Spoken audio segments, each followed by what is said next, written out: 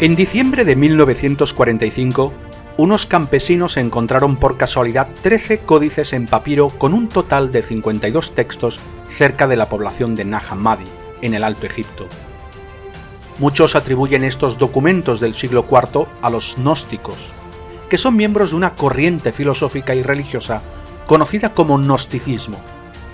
Estos mezclaron elementos del misticismo, el paganismo, la filosofía griega, el judaísmo y el cristianismo, y evidentemente, a muchos que se declaraban cristianos se les corrompió.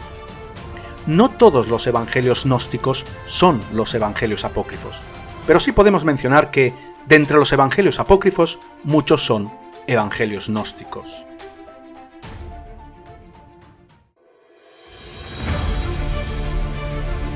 Bienvenidos amigos de Pixelando la Historia. Vamos a considerar qué son los evangelios apócrifos y los gnósticos.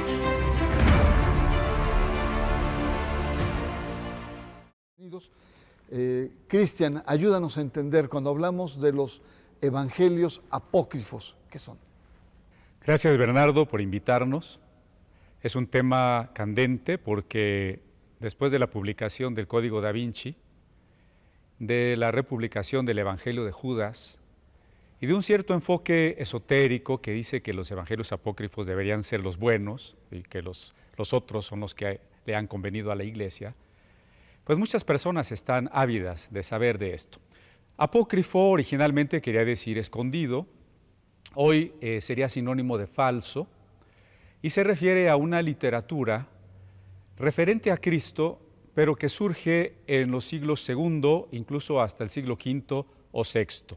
Es decir, en primer lugar, es una literatura muy tardía, que además hablar de apócrifo también nos hace hablar de auténtico. ¿En qué sentido estos evangelios apócrifos son realmente evangelios? No lo son en un sentido estricto de la palabra. Evangelio es un género literario que surge con los seguidores de Jesús y que es una proclamación de que el Mesías ha llegado. Este género de escritos que llamamos apócrifos no se dedican a eso, no son una proclamación. Algunos son más bien originados en una doctrina de la cual yo creo que vamos a comentar más adelante, el gnosticismo, una doctrina de sabiduría que viene más bien de un neoplatonismo, de la religión persa, pero difícilmente cristiano. Otros evangelios que son de tipo completivo, que tratan de llenar lagunas, o lo que les parecen lagunas, de lo que eran los evangelios que hoy llamamos canónicos. Pero es un proceso histórico el de aceptación o no aceptación de los escritos, más que arbitrario, es un proceso histórico. Y los evangelios apócrifos, primero, son cronológicamente posteriores.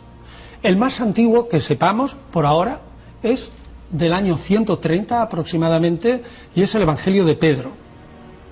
Y tenemos varios fragmentos de papiros de Oxirrinco que oscilan en torno al 150, 180. Y a partir de ahí, hasta el siglo IX y X, se producen evangelios apócrifos. Y hoy día se están produciendo evangelios apócrifos. ¿Qué dicen los evangelios apócrifos? De todo. O complementos de la parte de la vida de Jesús, sobre todo de la infancia, de la niñez, de la juventud, poco de la predicación, porque había más de la resurrección, de la crucifixión, de todo lo que sea complementario a cosas que los autores no encontraban en los canónicos. Y luego hay otra rama que habla de la Virgen María, pues todo, desde pequeñita hasta el final, hasta, digamos, la asunción al cielo. Hay otra pequeña rama que habla de José, el carpintero, y una gran rama muy importante, no se han conservado todos, pero bastantes, que son los evangelios gnósticos, es decir, que presentan a Jesús resucitado como un revelador especial para un grupo pequeño de escogidos. ¿Se consideran leyendas? ¿Cuáles? ¿Los apócrifos? En líneas generales son muchísimo más legendarios que los canónicos. Yo diría que la inmensa mayoría de los apócrifos contienen material legendario, inventado para rellenar, con gran fantasía.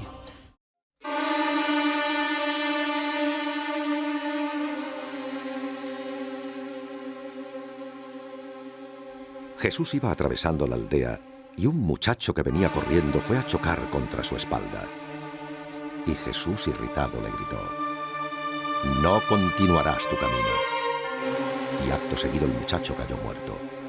Y algunos que habían visto lo ocurrido dijeron: «¿De dónde viene este niño que cada una de sus palabras se realiza tan pronto?».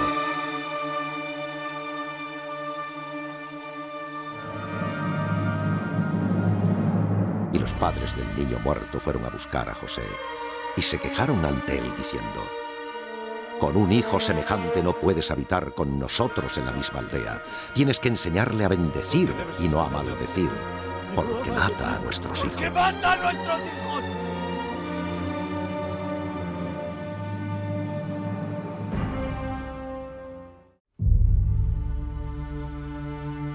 Y el hijo de Anás, el escriba, que había venido con José, se encontraba allí y con una rama de sauce hizo correr las aguas que Jesús había embalsado. Y Jesús, viendo lo que hacía, se encolerizó y le dijo: «Insensato, injusto e impío, ¿qué mal te han hecho estas balsas y estas aguas?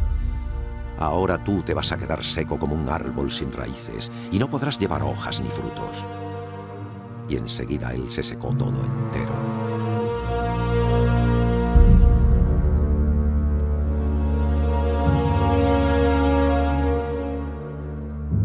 Los padres del niño que se había secado lo tomaron en sus brazos, desolados por la desgracia que le había sobrevenido a tan tierna edad, y lo llevaron a José, increpándolo por tener un hijo que hacía tales cosas.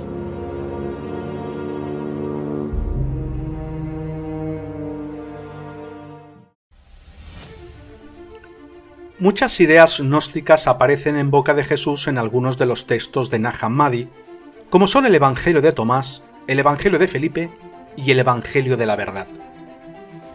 También se incluye entre los evangelios gnósticos el recientemente descubierto Evangelio de Judas.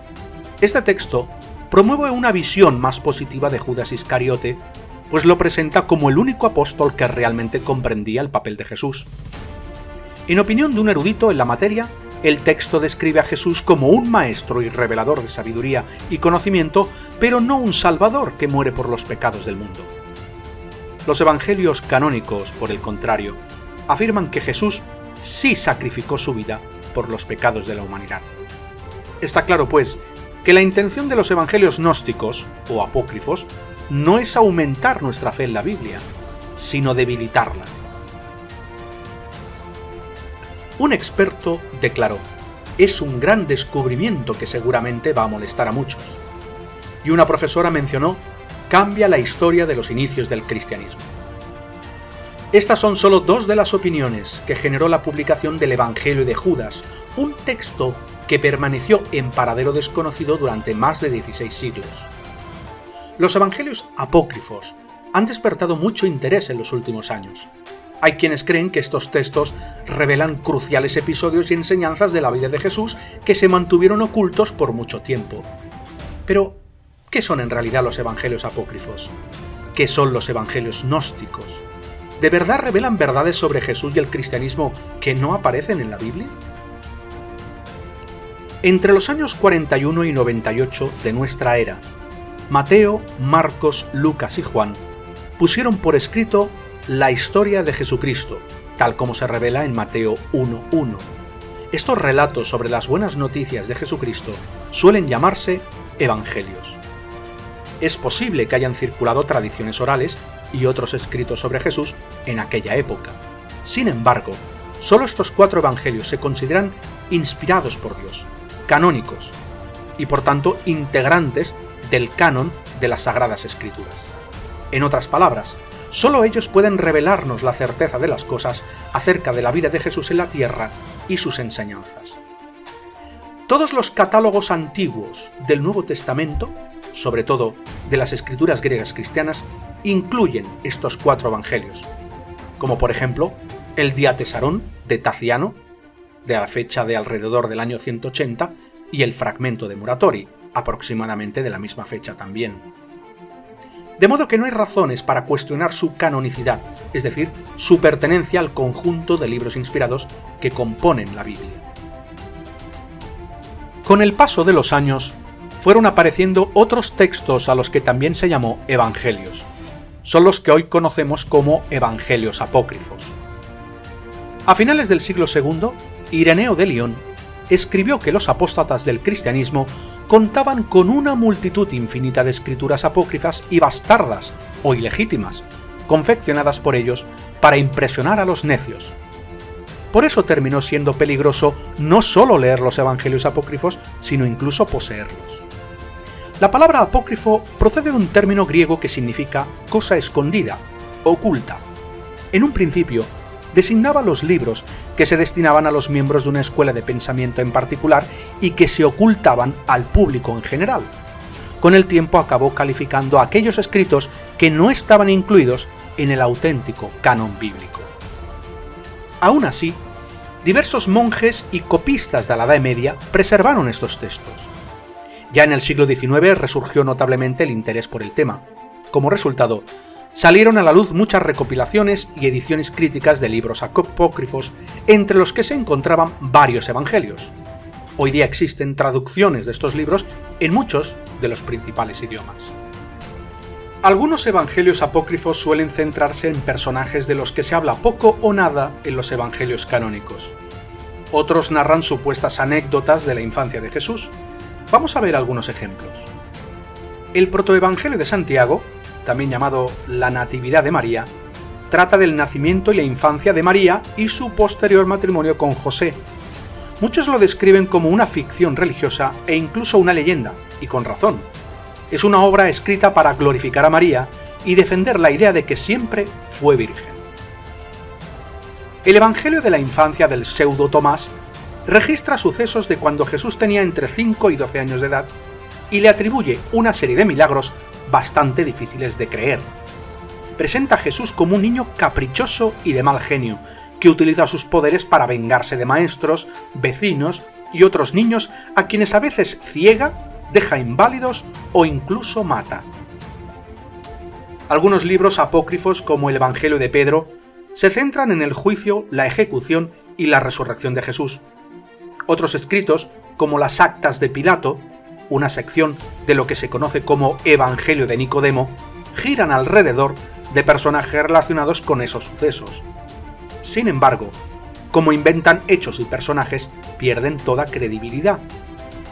El Evangelio de Pedro trata de librar de cualquier responsabilidad a Poncio Pilato y describe la resurrección de Jesús de forma muy fantasiosa. Es sobre todo a partir del siglo II que surgen gran cantidad de escritos que pretenden ser inspirados por Dios y canónicos, y estar relacionados con la fe cristiana.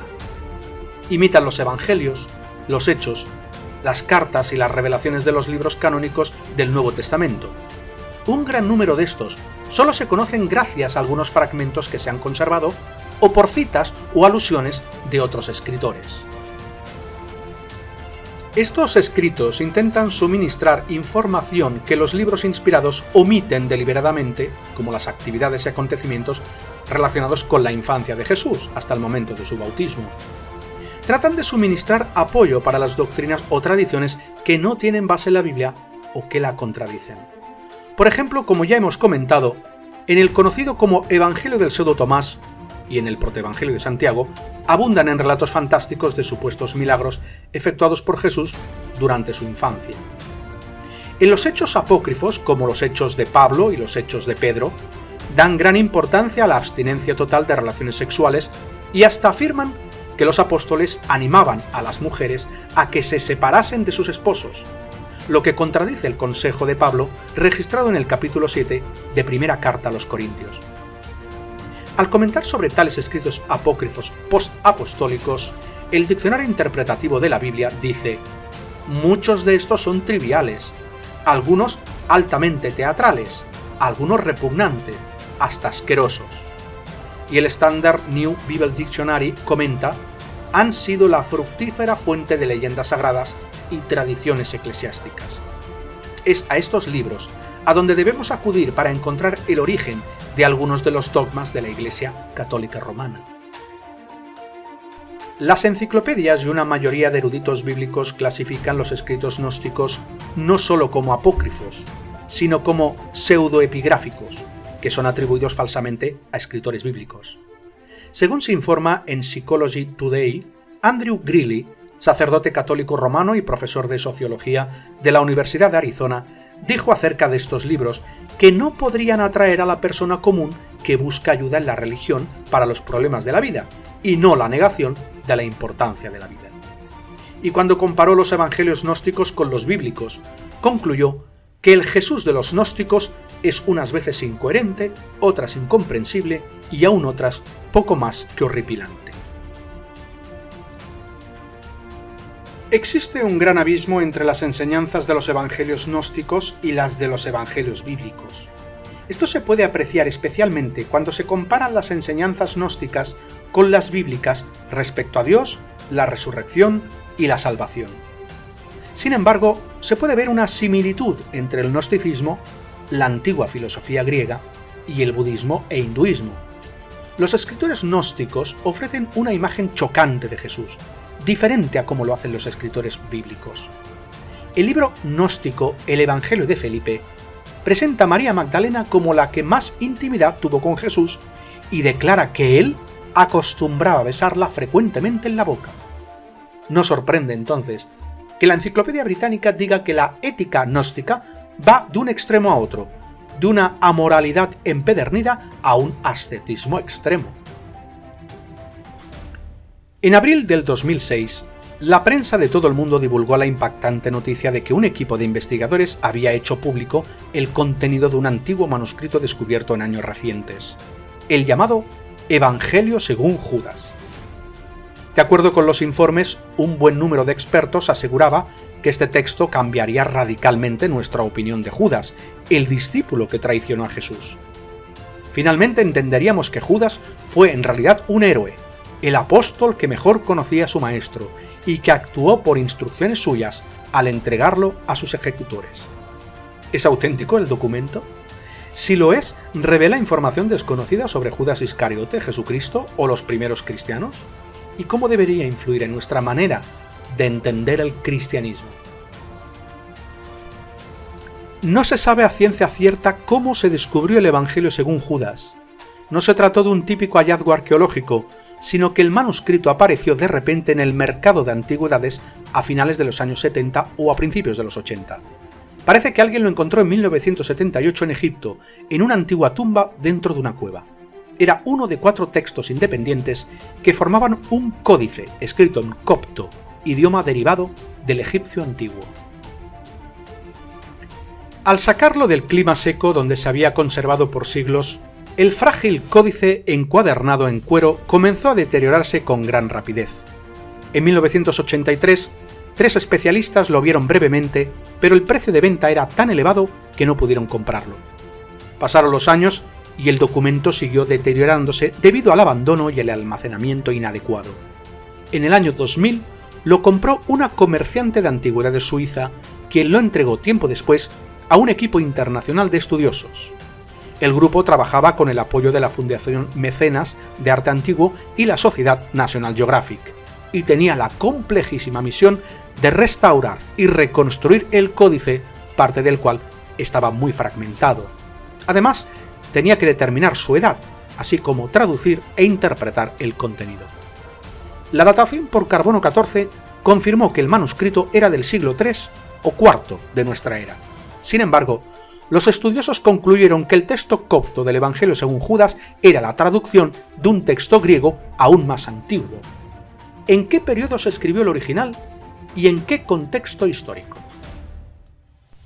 La primera mención que se hace del llamado Evangelio según Judas la encontramos en los escritos de Ireneo de Lyon, que vivió a finales del siglo II. En su obra Contra las herejías, Ireneo habla de uno de los muchos grupos que él combatía. Dice así: dicen que Judas, el traidor, conoció exactamente todo esto, y como ha sido él el único, entre los discípulos, en poseer el conocimiento de la verdad, ha realizado el misterio de la traición. Por eso, por medio de él, han sido destruidas todas las cosas, tanto las terrestres como las celestes. Exhiben, en este sentido, un escrito de su invención, al que llaman el Evangelio de Judas. Ireneo combatía con particular fuerza las diversas doctrinas de los cristianos gnósticos, quienes aseguraban poseer un conocimiento interior revelado.